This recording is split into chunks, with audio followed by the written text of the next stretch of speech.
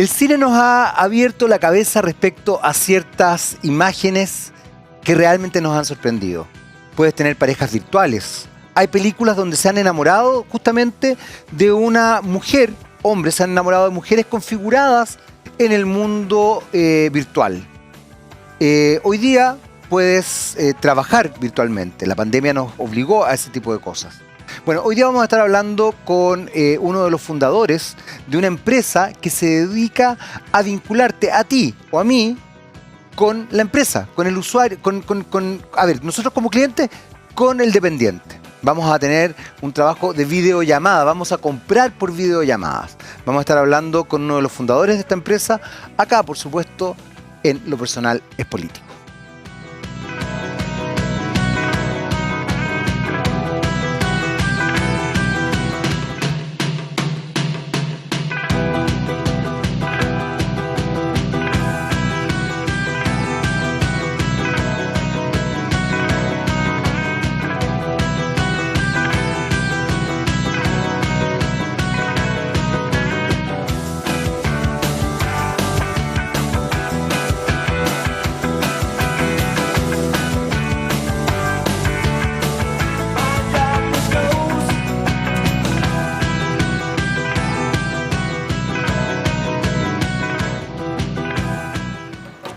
Hola, ¿qué tal? Me pillaron ahí viendo el celular. Hoy día vamos a tocar un tema bien interesante aquí en Lo Personal es Político. Vamos a estar hablando de startup, vamos a estar hablando de emprendimiento también, pero vamos a estar hablando también de computación o de informática. Temas que una persona dada mi edad no necesariamente se maneja, así que desde ya les pido todo tipo de disculpas, pero al contrario va a servir mucho para que yo aprenda, ustedes aprendan, y para eso estamos con Matías López Díaz. Lo dije bien. Sí. Ya, es que yo le había preguntado hace un rato a Matías si era apellido compuesto, todo, entonces ahí está. CTO de Videsk. Videsk. Y Videsk es un intermediario entre el cliente y la empresa para desarrollar un vínculo mucho más humano, a pesar de ser virtual. Exacto. Ya, esa es como la primera configuración. Sí. Matías, bienvenido, muchas gracias por estar acá en Lo Personal es Político. Muchas gracias. Y partamos al tiro entonces de, primero, explica tú mejor qué es lo que Videsk. Ya, yo dije que era un intermediario entre el cliente y la empresa y que de alguna manera humanizaba esta relación desde un punto de vista virtual. Pero dale tú, cuente ahí un poco de qué se trata. Y claro, efectivamente uno de los digamos, desafíos que hoy en día tratamos de ayudar a las empresas es poder generar esa confianza que durante muchos años se generaba yendo a sucursales, estrechando la mano con algún agente, un ejecutivo. Y claro, hoy en día con la pandemia también lo que tiene que ver con la digitalización de los procesos ha conllevado un poco a que perdamos ese contacto más humano que de por sí ya todos sabemos que los negocios también conllevan algo emocional. Y ahí es donde en definitiva nosotros desarrollamos Videsk, que es una plataforma que permite a las empresas acercarse con sus clientes mediante una comunicación con videollamada. Y eso se integra dentro de sus canales digitales como el Guest Móviles, sitios web, etc. Entonces, con ese objetivo, finalmente los negocios hoy en día pueden decir, aquí estoy, importa el cliente y le puedo prestar esa atención real de persona a persona, que es lo que busca. Matías, tú eres ingeniero en informática. Así es. Ya, y acabas de decir algo que es bien interesante porque de alguna manera hablaste de humanizar el contacto entre obviamente el usuario y la empresa. Claro. ¿Cómo estableces el vínculo justamente de humanización, por así decirlo, para que ese vínculo sea realmente sensible? Claro. Porque, a ver, porque finalmente igual yo estoy hablando ante una cámara y hay gente que me está viendo al otro lado de la cámara en sus distintas plataformas. Y yo establezco una dimensión comunicacional, pero no necesariamente logro llegar emocionalmente a esa persona, o sí, pero eso ya tiene que ver con otras características. ¿Cómo ustedes logran establecer eso? Porque además ustedes trabajan a nivel de ventas o de servicio. Exacto. Eso es súper emocional.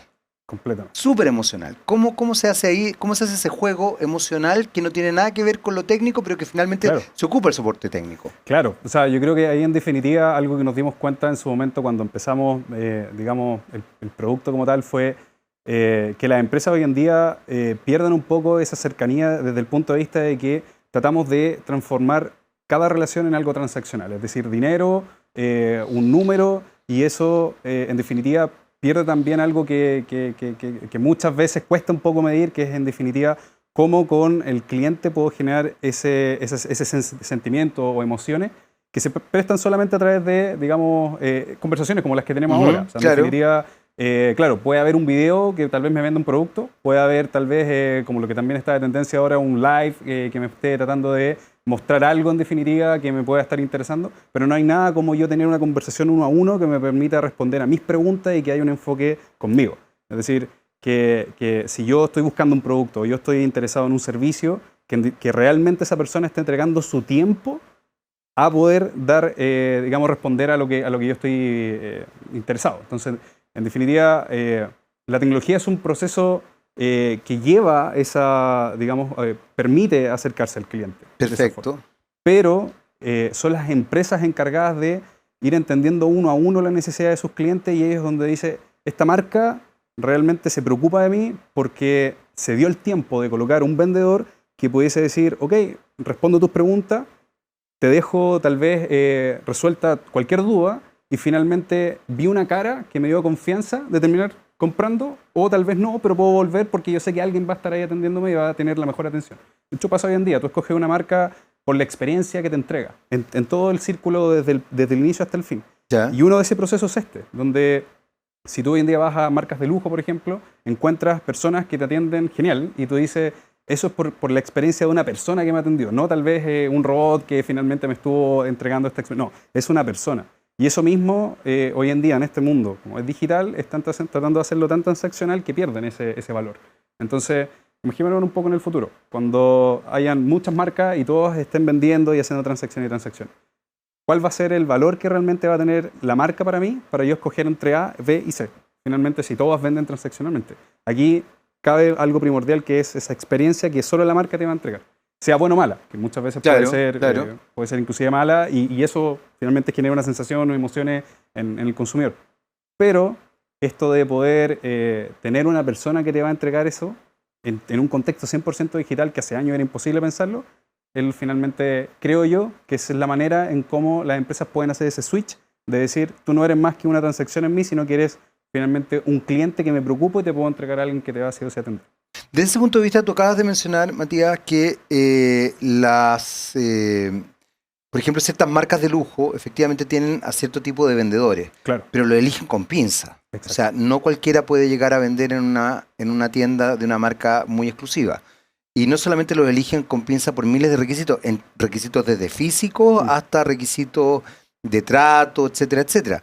Incluso hay marcas de lujo, no en Chile, pero en el extranjero, que establecen distinciones con ciertos clientes. O sea, son hasta clasistas, digamos. En algún punto. ¿Cómo ustedes desarrollan esa instancia? Porque finalmente tú eres la plataforma para desarrollar el servicio.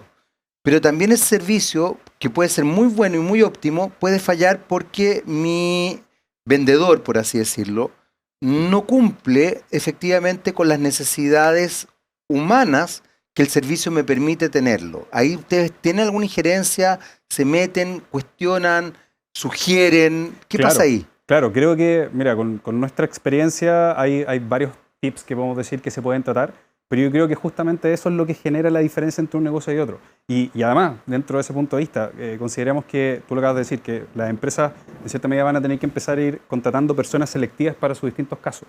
Y eso también va a generar apertura en nuevos tipos de trabajo, porque estamos pensando tal vez en algún punto de que, claro, si yo tengo, inclusive interesante pensar, personas que están atendiendo en todo Chile, ya no voy a necesitar la misma cantidad de sucursales, por lo tanto voy a despedir gente.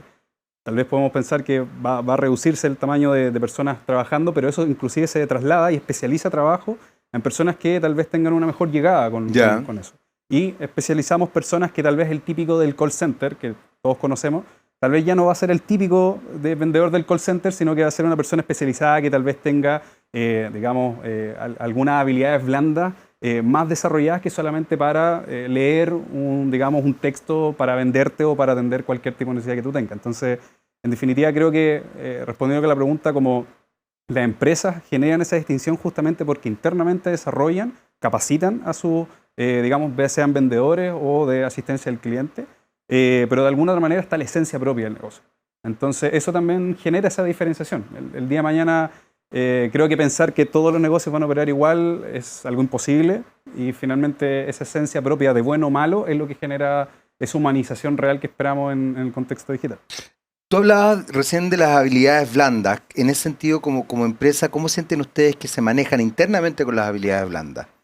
Mira, yo creo que siempre ha sido un desafío desde el punto de vista que somos una empresa de 100% tecnología. Claramente es como algo más crudo como tal, más numérico, podría pensarse, pero en realidad creo que para nosotros ha sido un 90% entender más esto de cómo la tecnología puede llevar y generar inclusive sentimientos, emociones y generar esos contextos finalmente. Todos ya hemos utilizado las videollamadas y sabemos que algunos piensan que es un estrés por las reuniones, otros que piensan que tal vez ha sido una nueva oportunidad para hacer negocios, para conocer gente, para comunicarse con los familiares.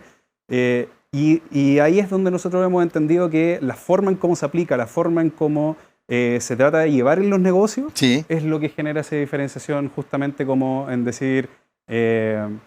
¿Es algo meramente, como decía anteriormente, transaccional o es meramente un software? Y para nosotros hoy en día desarrollamos un producto que conlleva emociones y sentimientos para finalmente aportar en los negocios con ventas, digamos, con analítica y al cliente final, al consumidor final, con una mejor experiencia que le permita decir, ese es el negocio que finalmente a mí me gusta porque me entrega esa experiencia que ningún otro hoy en día me está entregando. Cuéntame una cosa, Matías, ¿cómo se establecen ciertas dimensiones de regulación respecto a una forma de negocio que es muy nueva todavía, a pesar de que Claro. ya la startup y obviamente el mundo digital tiene ya una cierta data? Claro. Pero en definitiva sigue siendo bastante novedosa, todavía no todos los usuarios se manejan muchísimo con esto.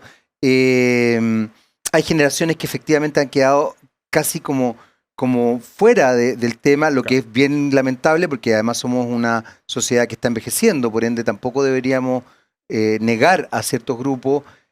¿Cómo van desarrollando esa instancia? Claro. Mira, de hecho, interesante con lo que mencionas con respecto a como rango etarios que quedan excluidos. Algo que nosotros nos dimos cuenta con ya experiencia con clientes es que aperturamos un poco a cierto rango etario más adultos, digamos adulto mayor, definitivamente, que hoy en día no pueden interactuar con canales más, digamos, tecnológicos, tal vez como un chat, un chatbot, o tal vez plataformas que en definitiva les prestan porque son más complejas. Hoy en día, pensando solamente en una videollamada tradicional, sin pensar tan solo en nuestro producto, si una persona le puede facilitar hablar con alguien, un proceso comunicativo que todos sabemos de base, les habilita esa oportunidad a una persona de tanto resolver un problema o poder terminar comprando un servicio, un producto o cualquier cosa desde el punto de vista de por qué es humano. Entonces, justamente reduces esa fricción que hoy en día, que nosotros como negocio nos preocupamos mucho. Es decir, tratamos de decir, ok, la tecnología es una base importante, compleja, pero nuestra misión es tratar de decir, vamos a entregar un producto que sea fácil de usar para los negocios y para los consumidores de una forma, digamos, casi nativa, es decir, que cualquier persona lo pueda usar.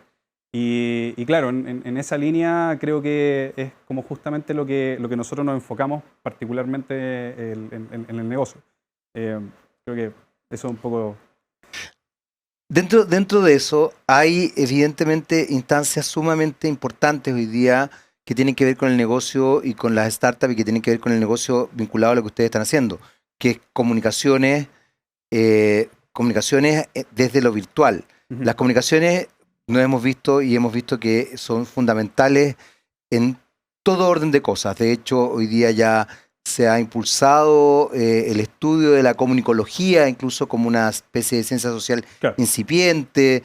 Eh, el mundo de la salud mental está muy vinculado al mundo de las comunicaciones en el sentido de todos los procesos terapéuticos, digamos, que se desarrollan desde la conversación y todo. Y hay un elemento que es complejo y que en general no se habla y que quizás sea una parte que tenemos que empezar a pensar. La huella de carbono que deja el mundo virtual es importante. no se menciona porque efectivamente creemos que al no verla, no existe. Sin embargo, también todo es tendiente a que el mundo digital se posicione cada vez con mayor fuerza. Las empresas como las de ustedes, de la que tú eres socio y además no solamente eres socio, eres fundador, Ujú. ¿se preocupan de este tipo de temáticas? ¿Están pendientes de este tipo de cosas o no? Sí, mira, de hecho creo que de base la pandemia nos demostró algo súper interesante, que se ven muchos, digamos, documentales que se han hecho últimamente. El impacto que generábamos como humanos en el mundo era impresionante y el hecho que estuviésemos encerrados en la casa generó algo tremendo, como acá propiamente en Santiago lo pudimos ver, animales bajando, digamos, en búsqueda de alimento porque no Sí, estaba. sí, y Y, mejora del aire. O y sea, de hecho, claro, hace poco salió creo que un informe, perdona que te interrumpa, Matías, pero ujú, un informe hace poquito, de verdad poquito, 3 días, donde está absolutamente comprobado que el impacto medioambiental es culpa de nosotros como por especie. supuesto. Absolutamente, o sea, ya no es un tema de que, bueno, en realidad los procesos, no. Nosotros, nuestra especie, el ser humano, ha impactado Por el supuesto, cambio climático de manera negativa, no positiva, negativa. por supuesto. Ya, Y ahí, claro, ahí es donde finalmente nosotros pensamos, ok, claro, como negocio inherentemente vamos a impactar, porque todo negocio todo genera un negocio impacta, impacto, claro, claro. una huella de carbono, pero uno lo puede compensar también con cierta forma. Y esto es finalmente uno lo piensa, no tal vez como yo lo compenso con una iniciativa. Mi A propio ver, negocio hoy en día puede generar eso. a ver. Y lo vamos a ver desde el punto de vista de que eh, la gente que hoy en día sale a la oficina trabaja de forma física, porque o la necesidad del negocio está, o porque finalmente, que pasa muchas veces, por una propia política del negocio. Sí, Y si hoy claro. en día dijésemos, ok, ¿cuántas sucursales conocemos que podrían perfectamente no existir? No necesitamos que la gente se siga desplazando en automóvil o tal vez inclusive en transporte público, liberar espacio y finalmente hacerlo de forma 100% digital cuando se puede. Y ahí me engancho un poquito de la pregunta que me tomaste anteriormente de cuáles son también las limitantes un poco legislativas. Si nosotros pudiésemos el día de mañana pensar, no necesitas, ¿cuántas personas le ha pasado que abrir una cuenta en el banco necesita ir físicamente a firmar Sí, documentos pues. porque la legislación lo exige? Pero si la legislación avanzara y permitiera que esto 100% digital, no necesitas tener que ir a una sucursal, los bancos no tendrían que finalmente tener esas sucursales, reducirían su propia huella de carbono y al mismo tiempo reducirían la gente necesaria para transportarse al lugar, desde los mismos empleados hasta los mismos consumidores. Ahí pasa un fenómeno bien interesante que me llamó la atención y que tú lo mencionaste al principio. Porque una de las cosas que han preocupado a la ciudadanía sobre los avances tecnológicos y el avance virtual es el desempleo. Claro, Incluso se han hecho, ¿cómo se dice? Se han hecho vínculos con otros momentos históricos donde efectivamente, qué sé yo, la revolución industrial, donde efectivamente el desempleo aumentó producto de la industrialización. En este caso, el trabajo que ustedes plantean no tiene que ver con desempleo porque ustedes necesitan igual a la exacto, persona. O sea, no exacto. están desempleando a nadie.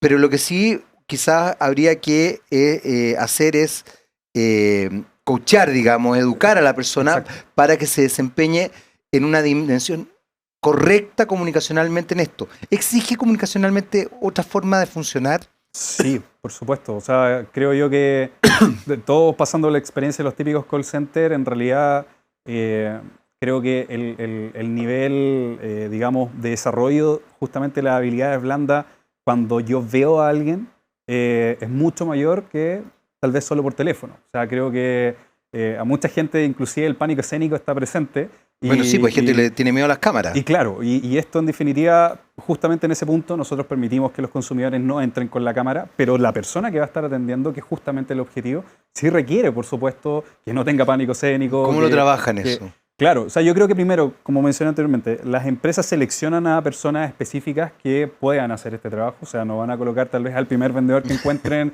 porque no va a poder. Y por otro lado, también las propias empresas se encargan de hacer un poco este como coaching. Y hay muchas iniciativas también de otras instituciones que hacen esto específicamente, de enfocarse en las comunicaciones, tanto a nivel de marketing, tanto a nivel, digamos, como solamente como un vendedor disponible para una persona. Creo que inclusive hasta los mismos vendedores que hemos encontrado en las tiendas pasan por ciertos procesos donde los capacitan. Por lo tanto, digamos, tomando un poco lo que dije anteriormente, creo que se va a especializar un poco en esta área, en donde ya no es solo poner a un vendedor que esté interesado en tal vez generar ingresos, sino que en definitiva es alguien que tenga esas habilidades suficientes para poder convencer. O sea, si lo llevamos más al negocio, hoy en día nadie puede negar que no hay mejor forma de vender que la presencial. O sea, esto que yo te pueda estrechar la mano, que podamos tomarnos un café, que podamos tener tal vez una relación más uno a uno, eso hoy en día no se está dando en el contexto digital. Entonces, si nosotros llevásemos eso y finalmente capacitásemos a ese típico vendedor que tal vez veíamos más antiguo, como más ganchero, como más tal vez con un feeling hacia las personas, eso es finalmente lo que puede generar la diferencia, digamos, entre un vendedor que tal vez solamente va a atender una llamada y que va a leer un texto, y el vendedor que realmente tiene que contextualizar la situación, tiene que entender desde la persona que está llamando, digamos, enojada, hasta la persona claro, que está llamando porque está interesada y tiene que entender el contexto. Inclusive voy a dar un ejemplo bien preciso.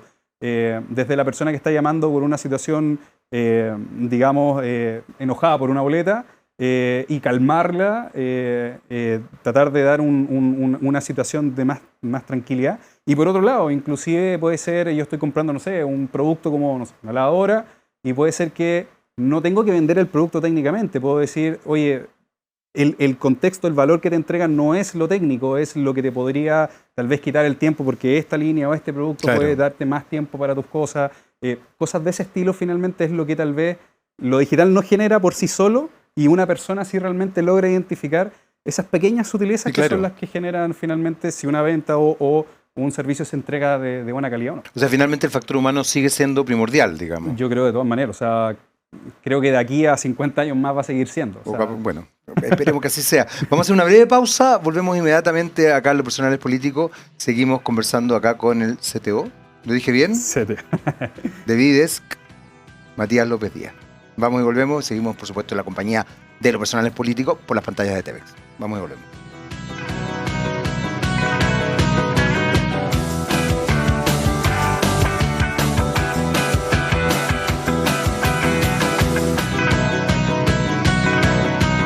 Muy bien, estamos de vuelta aquí en el segundo bloque de Los Personales Políticos por las pantallas de TVX. Seguimos conversando con el CTO de Videsk, don Matías López Díaz, acá en el programa, obviamente. Y hay algo que yo quiero aprovechar también, ya que está Matías acá, que tiene que ver con cómo ves tú el mundo empresarial hoy día desde la perspectiva de las nuevas generaciones que están entrando en el mundo empresarial. En general, el mundo empresarial es un mundo en muchos aspectos muy conservador. Chile es un país muy conservador desde el punto de vista empresarial. Y cuando entran nuevas generaciones con startups, con nuevas ideas, incluso, qué sé yo, canales nuevos, con nuevas formas de comunicar, llama la atención y a veces hay cierto temor y resquemor. ¿Cómo ha sido tu experiencia en ese sentido? Sí, bueno, inclusive con nuestros mismos clientes creo que en algún punto eran reacios a querer poder implementar esto, miedos de que si realmente era, sobre todo, bueno, como tú me preguntabas hace un momento, un chico de 26 años que le venga a decir tal vez un gerente... Este gallo tiene un año más que mi hijo mayor, para que ustedes sepan. Un año más que mi hijo mayor. Y claro, eso un poco como ese rechazo puede ver al principio de... ¿Sí? ¿Hay rechazo? Sí, o sea, yo creo que por supuesto al principio verlo de esa manera sí, pero creo que nosotros lo que hemos logrado de cierta forma es netamente con practicidad, es decir, mostramos resultados, mostramos un poco desde el principio el profesionalismo, y creo que eso puede ser a cualquier edad. O sea, creo que hoy en día si alguien se anima desde los, bueno, por supuesto legalmente desde los 18 o antes a trabajar, puede hacerlo, y creo que en definitiva emprender es un proceso bastante, digamos, enriquecedor, difícil, y sobre todo difícil por ese punto, porque el hecho de que habitualmente gente adulta, digamos, no sé, como te mencionaba, yo tengo 26 años, gente tal vez de 40, 50, 60, no está acostumbrada tal vez a estos switches tan fuertes, y genera ese rechazo. Inclusive entrar en los círculos propios del negocio es un poco complejo. Las redes dependen mucho del propio emprendedor. O sea, creo que para nosotros, particularmente, solo para nosotros, ha sido una dificultad tremenda el hecho de que, digamos, no venimos de familias que estén dentro de estos propios círculos. Nosotros no mismos generamos desde jóvenes estos mismos círculos. Entonces, fue partir literal desde cero. Que creo que si mi consejo puede ir a cualquier emprendedor va en desarrollar un poco estas habilidades primero sociales que generan un impacto tremendo en los negocios, y ya tienes un punto más avanzado que cualquiera. O sea, nosotros hoy en día seguimos haciendo eso. ¿Cuáles son esas habilidades sociales? Mira, creo que primero tiene que ver un poco con uno mismo, como esa capacidad de poder soltarse con hablar con cualquier persona. Ya. Que no es Creo fácil, que ¿ah? sí, por supuesto que no es fácil. Creo que hay que desarrollarlo bastante. Uno siempre sigue desarrollando lo que uno se encuentra con una cantidad de personas que es importante en la vida. Obvio. Y por otro lado también creo que esto va más desde el punto de vista más como del negocio, pero también personal. Confluyen estas dos cosas al mismo tiempo, que es la seguridad que uno mismo se logra con su propio producto. Es decir, creo que un emprendedor, digamos, bueno, es esa persona que logra en ese punto de decir, me puedo parar en cualquier situación, en cualquier contexto, y si tengo que hablar algo de mi negocio, lo voy a hacer tranquilo, cómodo, sin ningún problema. Porque lo conozco tan bien y sé que finalmente me motiva, me lleva a levantarme todos los días, te va a generar finalmente esa habilidad de poder, digamos, generar redes en cualquier contexto y generar como esa sensación de wow que las personas necesitan para poder decir, oye, creo que esto puede aprender o creo que esto es muy bueno y quiero probarlo, quiero hacerlo, quiero participar. ¿Cómo nació? Uf, larga la historia. Dele, tenemos tiempo. Pero, mira, yo con Andrés, mi socio, CEO de Vides, nos conocimos ya hace unos 6 años más o menos. Ya.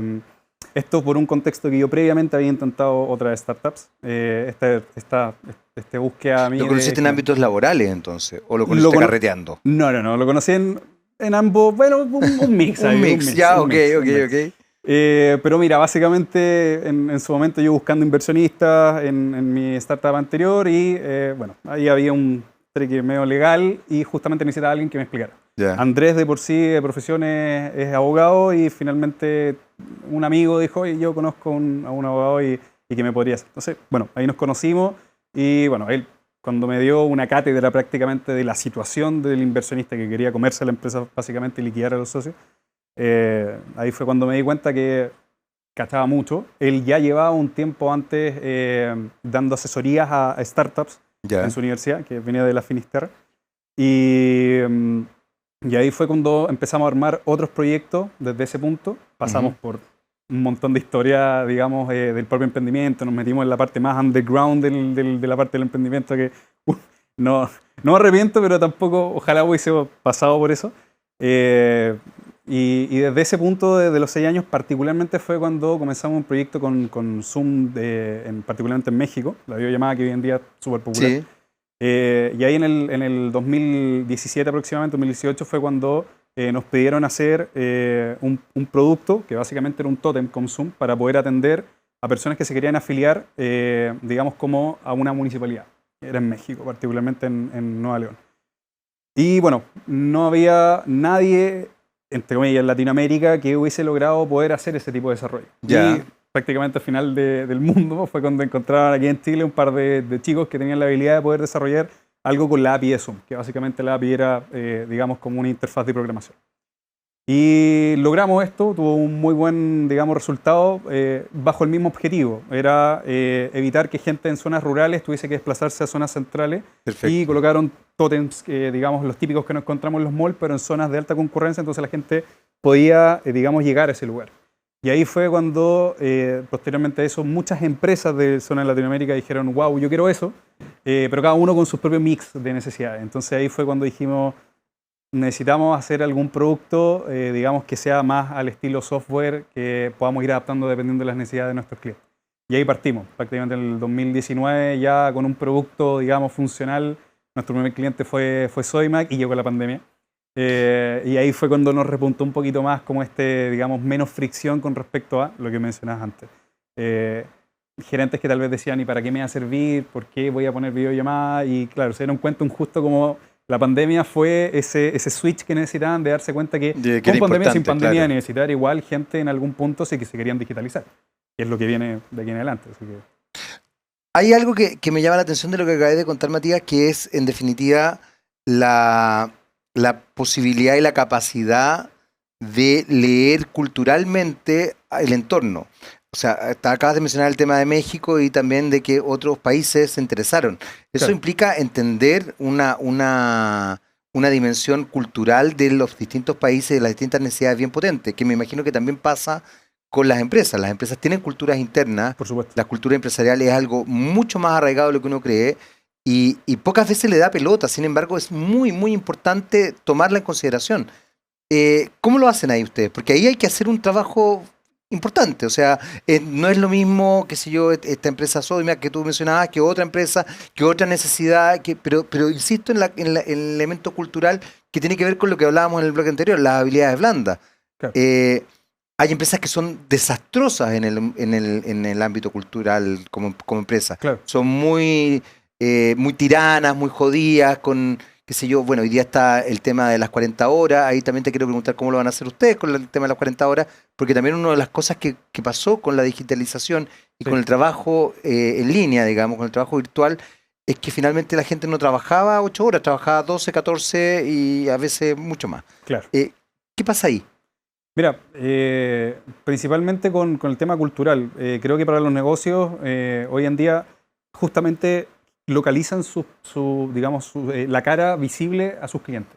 Ya, Eso justamente porque sabemos, la venta, sobre todo la venta, es un tema emocional y que conlleva el hecho de que tal vez si alguien que no forma parte de la propia cultura donde está el cliente, puede terminar en algo que no es lo que esperamos. Entonces, para eso hoy en día está pensada que los propios negocios coloquen a sus personas, digamos, de la propia región local a atender digamos, a sus consumidores. Ahora, eso no quita tampoco de que se pueda llevar esto hacia otros lugares del mundo. De hecho, tenemos clientes que en definitiva atienden, por ejemplo, casos de tú te vas en la típica seguro de viaje y te vas al extranjero, necesitas una atención, y en definitiva sigue siendo la misma cultura, solo que tú te fuiste a otro país a viajar, pero sigues atendiéndote con una persona natural de tu país de origen.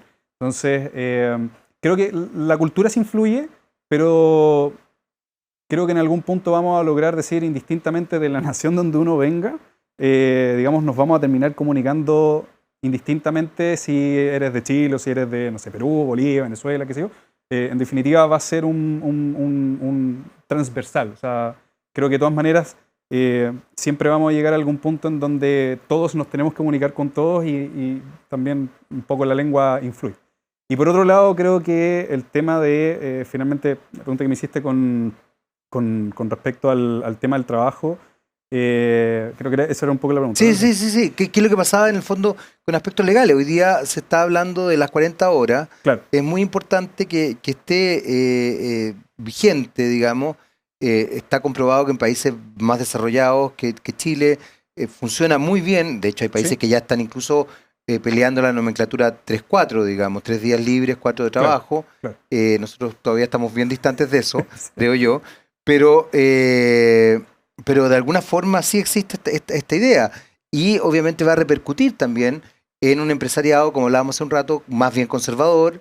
A pesar de que no nos olvidemos que la CPC, Juan Sutil se reunió con el presidente, Ujú, estuvo de acuerdo, los gremios se reunieron con el presidente, están de acuerdo. A mí me tocó entrevistar al presidente del gremio de camiones, digamos, a nivel nacional, eh, don Juan Araya, y él también está de acuerdo con el tema de los 40 horas. O sea, está mucho más aceptado de lo que uno cree, cosa que hace 3 años, mm, la gente rasgaba vestidura y era capaz como de tirarse sí. de cualquier parte.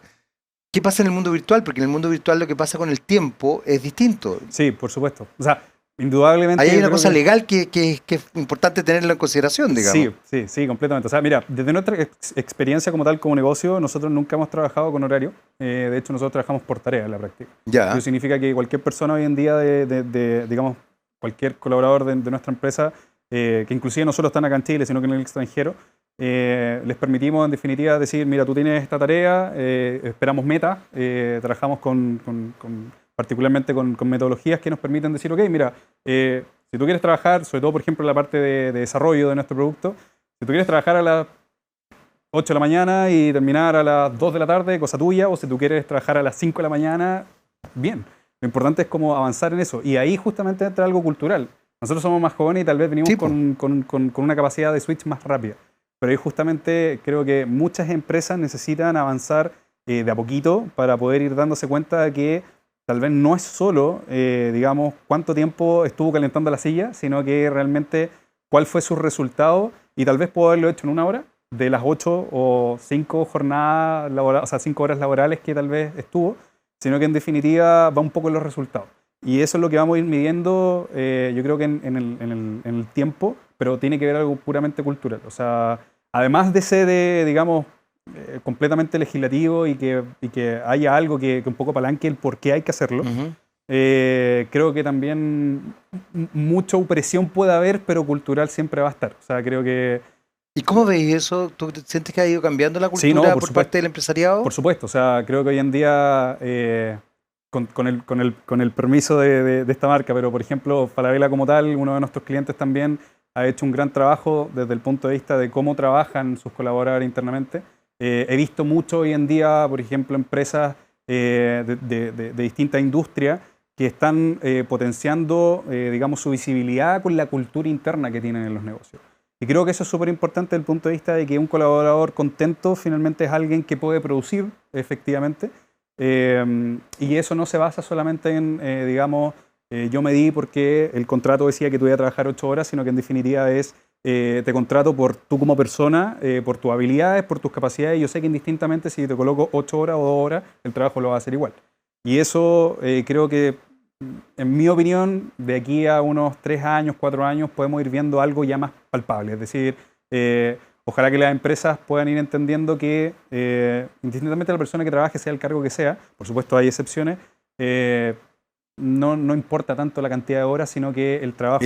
Claro, el resultado. Claro, que es lo que... Ahí hay una cosa media tramposa, porque también puede ser que finalmente una persona diga el resultado, pero si trabaja poco, ¿por qué le estoy pagando tanto? Etcétera. Hay elementos culturales que son muy importantes de observar y de regular. Porque efectivamente, anda a saber tú si una persona me genera, no sé, un negocio muy importante, o me genera una idea muy importante, o efectivamente hace muy bien su trabajo en X cantidad de tiempo, y no necesita más horas. Y eso, pero a veces se castiga. Por el contrario, durante mucho tiempo en nuestro país, voy a hablar de Chile porque es lo que yo más conozco, digamos, la hora, que se llamaba la hora poto, pero digamos, calentar el asiento, se premiaban. Oye, este gallo trabaja hasta las 10 de la noche. Sí, claro. Puede haber estado jugando solitario, Sí. pero estaba hasta las 10. Bueno, yo me fui y el tipo seguía en su computadora ahí, no sé qué. Es más, me consta, yo me acuerdo, tenía un colega que a mí me impresionaba porque, bueno, yo había sido recién papá y estaba muy contento, tenía muchas ganas de estar con mi hijo, obviamente. Entonces yo terminaba mi hora de trabajo, además yo era bastante efectivo, me iba. Y yo me acuerdo, desde el estacionamiento yo alcanzaba a ver su oficina.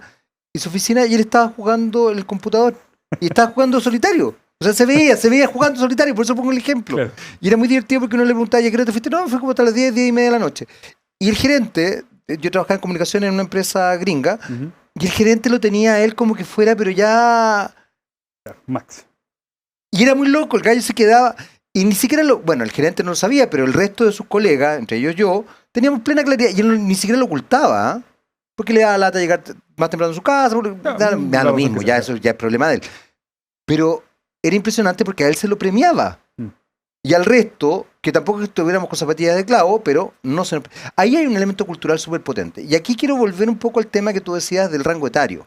El hecho de que ustedes sean tan jóvenes implica también cambios de cabeza muy grandes respecto a, bueno, me imagino que respecto a la paridad, entienden muy bien lo que es una empresa B. Ustedes además, bueno, ustedes no trabajan B2B, ustedes trabajan B2C, o sea, porque trabajan... No, es B2B. Es B2B. Ah, es B2B finalmente, sí. a pesar de que con el cliente... Nosotros finalmente les vendemos los negocios, y los negocios son los que ponen a sus personas a atender a sus clientes. Ya. O sea, entonces, nosotros le vendemos el negocio. Claro, ustedes finalmente no se vinculan nada con el cliente. Claro, no, en definitiva 100% el propio negocio y nosotros full con la empresa. ¿Qué pasa con todos esos aspectos que hoy día hacen que una empresa sea mucho más moderna, en definitiva? ¿Cómo lo perciben ustedes? No tengo idea si ustedes lo hacen, no sé si ustedes tengan paridad o no. Además, tú trabajas en un medio que es muy, muy masculino. Sí, bueno. Muy masculino. Sí. Entonces, ¿qué pasa ahí? ¿Se lo cuestionan, no se lo cuestionan? Sí, no, completamente. ¿Les importa, no les importa? No sé. No, yo creo que para nosotros completamente. O sea, creo que, por ejemplo, hoy en día en el equipo, inclusive lo que tú me acabas de mencionar en la programación, tenemos personas que, por ejemplo, una chica que es de Venezuela y es seca, o sea, nada que decir en ese sentido. Que muchas veces se cuestiona en nuestra, digamos, profesión que, claro, es muy masculina. Es impresionante. Y sí, efectivamente, o sea, en mi propia carrera, cuando yo estaba estudiando en la universidad, habían 2 de 30. Sí, y claro, sí, me consta. Yo tuve alumnos y ellos mismos lo decían, ¿ah? Sí, no. Y de hecho creo que tenían incluso tallas muy misógenas, debo decirlo. Sí, bueno, y yo creo que en mi opinión tiene que ir variando eso. Creo que hay un conjunto de cosas, hay muchas iniciativas hoy en día que están impulsando el hecho de decir esto no es un trabajo de género, o sea, no en absoluto. No es, digamos, que alguien va a ser mejor que otro solo por su género. Pero sí, al mismo tiempo, vuelvo a tomar el tema cultural. Creo que hay un montón de cosas, desde, por ejemplo, el hecho de que tanto el parte femenino o masculina tengan ciertos roles en la sociedad y que eso incluye que puedan tomar ciertos trabajos o no. Y particularmente la programación ha visto algo bien interesante desde el punto de vista de que tanto hombres como mujeres, hoy en día, al permitirles trabajar desde casa, pueden cumplir roles que antiguamente, sobre todo en el hogar, por ejemplo, con familia, era muy exclusiva de la mujer. Y ahí, sí, justamente, claro, creo que hoy se puede ver que en este cambio generacional, tanto impulsado un poco por la coyuntura de la pandemia, pero también un poco digamos, por la profesión particular, lo estoy hablando por lo que conozco, he visto mucho esa capacidad de que hoy en día no sea la mujer, por ejemplo, que finalmente tiene que quedarse solo en la casa con los niños, sino que finalmente puede ser al revés, puede finalmente el propio padre perfectamente quedarse digamos, con los niños en la casa y que no haya una diferenciación de género solamente por quién es el responsable digamos, de las labores propios de la vida. Entonces, claro, el cuidado tercero y la labor doméstica. O sea, creo que desde ese punto de vista es algo súper interesante. En otras, digamos, circunstancias creo que falta aún, por supuesto. Tal vez las oficios o profesiones que llevan mucho más tiempo siguen estando muy marcadas por si es un hombre o una mujer. Pero creo que de todas maneras en nuestro negocio y lo que hemos visto en otras empresas es que si hoy en día se está impulsando el hecho de que indistintamente de tal vez, digamos, tu nombre, tu género, tu posición política, lo que sea, no genere, digamos, un impacto en si te contrato o no te contrato, si finalmente tienes un buen o no rendimiento. Y un poco en el ejemplo que tú me das de la persona que jugaba solitario, creo que, bueno, eso igual no hay gente que no va a dejar de hacer eso, por supuesto. No, pero y va lo loco que se premie, digamos. Claro. Siguen habiendo empresas que van a seguir premiando a la persona que se queda calentando el asiento, indudablemente. Pero sí hay empresas que se están dando cuenta, no por un tema, digamos, de que por 100% cultura, se están dando cuenta de resultados prácticos. Es decir, no saco nada con pagarle 8 horas, primero porque me sale caro, segundo porque no puedo verificar que efectivamente está haciendo su trabajo real. Y para mí no es una medición las horas, es el impacto que está aplicando o generando, perdón, en el negocio. Y en nuestro caso, con nuestros clientes, los vemos sobre todo en empresas que están creando áreas especializadas en eso. Empresas que se preocupan ya no recursos humanos, es un mero departamento, digamos, de contratación y que solamente va a buscar tu finiquito o tener que ir a buscar tu, no sé, digamos, documento, sí, sino que es una empresa hoy en día que se preocupa de, inclusive cambio de nombre, el departamento cultural, que en definitiva se preocupa como de la cultura interna, velar porque, digamos, estén cómodos, porque tengan, digamos, todo lo que necesitan para desempeñar sus labores. Que antes más bien era como, este es tu trabajo y tratar de arreglarte como tú puedas porque eso es lo que te puedo entregar. Ahora es un poco ese switch que se dan cuenta que las personas valen por sus capacidades y yo como negocio tengo que pasarle lo que necesite para que digamos, pueda dar los resultados que se esperan. Vamos a hacer una breve pausa, pero me voy a quedar con algo que dijiste tú que me hizo ruido, porque en definitiva, si una forma de vincularse con el cambio, por ejemplo, de resultados versus el horario es bajarme el sueldo, tampoco necesariamente me puede convenir. Vamos a quédese ahí, vamos a una breve pausa, volvemos inmediatamente acá al Personal Político, siempre por las pantallas de TVX. Esperando.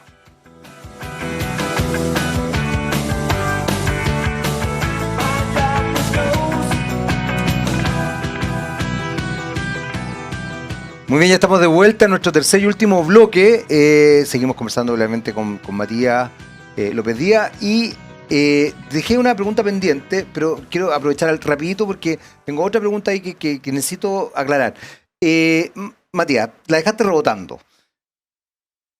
O sea, si a mí me van a decir que me van a pagar menos por los resultados, porque trabajo menos, me joden, pues viejo. Yo prefiero trabajar las 8 horas, estar con 8 horas poto ahí, prefiero jugar solitario. Claro. O sea, mira, yo creo que... Lo dijo usted, ¿ah? Usted lo dijo. Yo creo que hay una mala interpretación No, desde el punto de usted vista lo dijo con todas sus letras.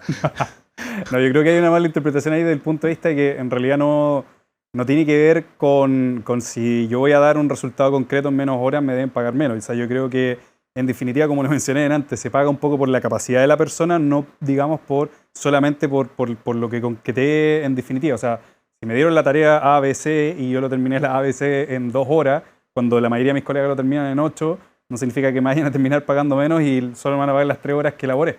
Creo que va un poco en la empresa a decir, yo valoro a esa persona y por lo tanto le voy a pagar eso o más por la capacidad que tiene. Ya, pero ahí hay un cambio de mentalidad importantísimo. Por supuesto, por supuesto. Importantísimo, que no todo el mundo lo entiende así, porque además muchas veces los empresarios no entienden tampoco el rol social que ellos cumplen, a pesar de que son tremendamente importantes, sobre todo las pymes, en Chile son muy, muy importantes, pero también están viendo cómo sacar el negocio. Entonces, no necesariamente todos entienden ese tipo de cosas. Lo hablábamos un rato con el tema de las 40 horas.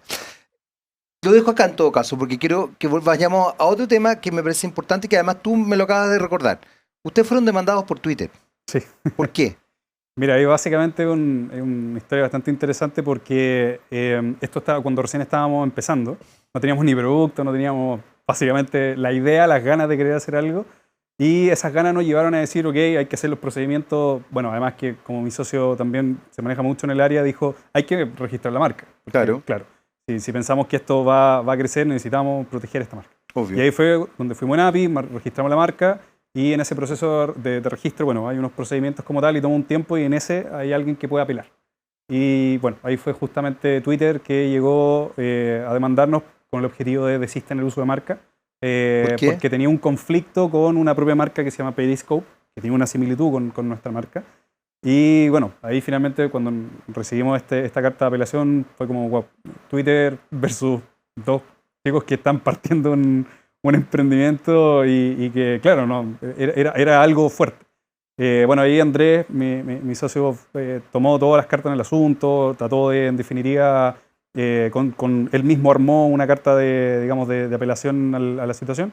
Y bueno, en definitiva logramos salir un poco victoriosos de la situación, tomamos la marca. Un poco victorioso? O sea, ni siquiera un poco, en realidad salimos victoriosos de la situación porque claro, era una marca importante que estaba peleando por un emprendimiento que recién estaba saliendo y que bueno, nos sirvió para decir, oye, en verdad estamos recién partiendo y ya nos viene a demandar Twitter. Creo que esto es un poco de vaticinio de que algo puede ser grande en nuestro negocio.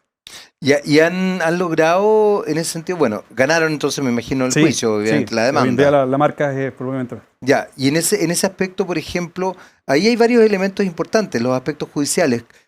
En este negocio, en esta idea del B2B, business to business, ¿cómo defienden, por ejemplo, desde la perspectiva de seguridad? Que es algo que es importante también de entender, porque además ustedes van a estar, quizás no ustedes, pero las empresas que los contraten van a estar jugando probablemente con ciertos datos. Y hoy día las bases de datos son fundamentales para cualquier empresa y no solamente son fundamentales, cuestan plata. Sí, por supuesto. O sea, mira, de hecho creo que en cualquier contexto nosotros hoy en día trabajamos en el B2C Corporate o Enterprise, que justamente son grandes empresas. Gran base de nuestros clientes están en ese rango y las exigencias son muy altas. Hay procedimientos de ciberseguridad que uno tiene que cumplir y claro, en definitiva desarrolla un producto y es muy escuchado esto en el mundo del startup, el MVP, el partir rápido con un mínimo viable. Sí, lo conozco. Eso funciona en ciertos aspectos para poder comenzar el negocio, pero cuando uno quiere entrar con marcas, digamos, grandes, un MVP no te sirve. O sea, digamos, la seguridad es algo primordial y para nosotros hoy en día trabajamos en base a un desarrollo seguro y eso involucra justamente los datos, porque sabemos que recabamos datos de los clientes propiamente tal, y eso es data sensible, que inclusive aplica legislación en todo eso, y ahí es donde creo que parte de nuestro negocio hoy en día se centra también en entender cómo resguardar los datos desde el cliente, tanto desde el punto de vista de data como correo, como root, digamos, información de compra de productos, hasta por otro lado, digamos, la propia videollamada, grabaciones, que incluyen, por supuesto, datos sensibles como tal, que cualquier persona no querría que eso, querría que estuviese dando vuelta por el ciberespacio y que alguien lo pudiese encontrar. Entonces, justamente, las empresas de por sí, podemos decir que, en mi experiencia, tienen un alto nivel de seguridad, a lo menos de nuestros tipos de clientes. Vemos, por supuesto, casos de empresas que tienen algunas falencias, pero creo que sí a nivel de ciberseguridad iba avanzando mucho. Y como negocio para nosotros es fundamental. O sea, creo que no es alternativa bajo ninguna perspectiva que pensemos en lanzar algo rápido y dejemos la seguridad de lado o no. O sea, para nosotros siempre es seguridad versus funcionalidad. ¿Ustedes lo trabajan entonces, la ciberseguridad? Por supuesto, por supuesto. ¿La trabajan interna o la trabajan externa? Mira, trabajamos, como nosotros desarrollamos nuestro producto y es 100% nuestro, no dependemos de ningún tercero, nos permite centrar en que sea completamente seguro el desarrollo, además de que trabajamos con otras empresas, digamos, que nos proveen, digamos, análisis de seguridad cada cierto tiempo, y eso nos permite que un tercero ejecute un plan de ethical hacking, que en definitiva es hackear nuestro sistema para identificar vulnerabilidad, y eso nos permite que en definitiva sea lo más cercano a una situación real de un atacante y ver qué tan, digamos, o sea, tan capaz es el sistema de como tal de evitar algún tipo de vulnerabilidad, sobre todo relacionado con los datos, que hoy en día es lo que más les interesa. Hay un elemento, nos queda re poco tiempo, pero no puedo dejar de preguntarte esto porque hay un elemento que a mí siempre me ha llamado la atención cuando hablamos de ciberseguridad o me tocaba entrevistar a alguien vinculado a la ciberseguridad.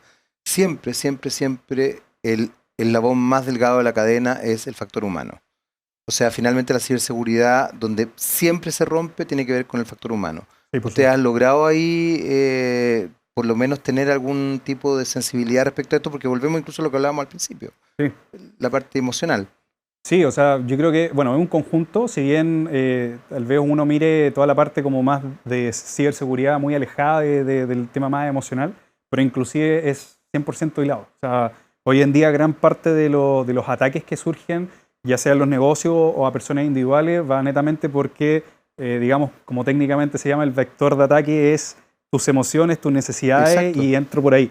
Al igual como durante muchos años hemos visto, digamos, estos típicos estafas que conocemos. Sí, que son emocionales. Son completamente emocionales y el hacking va un poco en eso. Tratan siempre de tomar este punto de entrada que innegablemente, digamos, es el más, entre comillas, fácil de poder aprovecharse.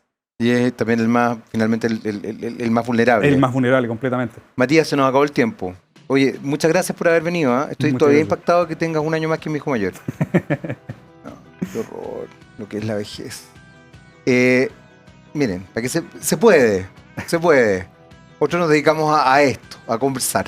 Y lo disfrutamos mucho, por supuesto. Nosotros nos vemos en un próximo capítulo de Lo Personal es Político. Por supuesto, siempre por las pantallas de TVX. Chao, hasta la próxima. Matías, muchas gracias. Gracias a ti, Ken.